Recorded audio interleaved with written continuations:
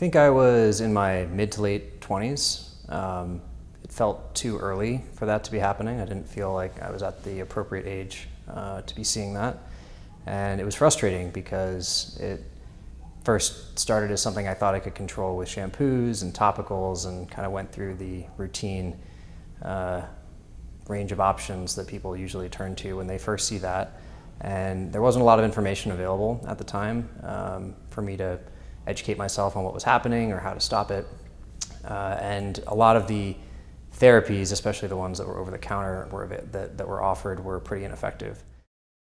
I started to do a lot more research and take it more seriously, and realized that there were many people for whom hair loss had become a choice, and they chose not to live that way. And that's how I stumbled upon hair restoration surgery options and started doing some research there, and eventually that led me to finding the AlviArmani clinic. FUE is a great option for a lot of clients today because it doesn't leave you with a scar, a linear scar. It's almost imperceptible where they took the donor hairs from, which is great. And then as far as finding a surgeon who can do it artfully, that's why I chose the Alvi clinic. A lot of the before and after photos that I saw on the website were really elegant. I found similarities in some of the patient case studies to myself. And I thought, if these are the outcomes and the results that some of these men can see, then there's no reason why I couldn't expect the same. I think there was a lot of expectation built up heading into the procedure.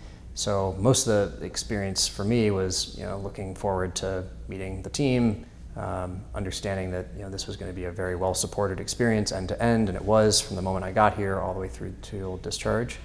And yeah, I think I just generally was looking forward to it because it felt like a new chapter. I was back to work about a week later, probably back to the gym and other activities like that around the same time.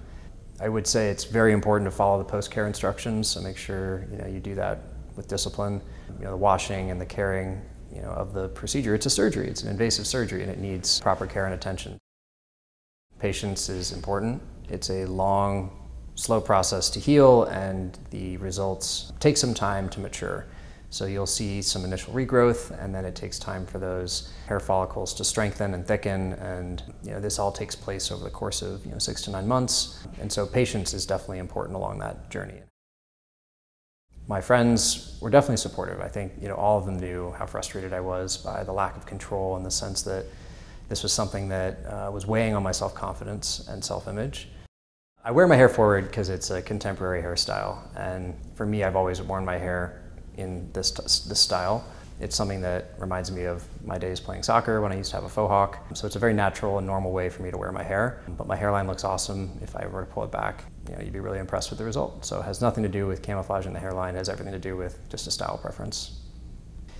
It's hard to put a price tag on how that feeling of self-confidence and self-image really steers and directs a lot of your energy in your dealings with customers, in your dealings with friends and family, in your dealings with your partner. Being able to give that back to someone is super powerful, and I would recommend that surgery on that basis alone. If you have the means and it's an option for you, it's a tremendous way to restore that sense of self-worth.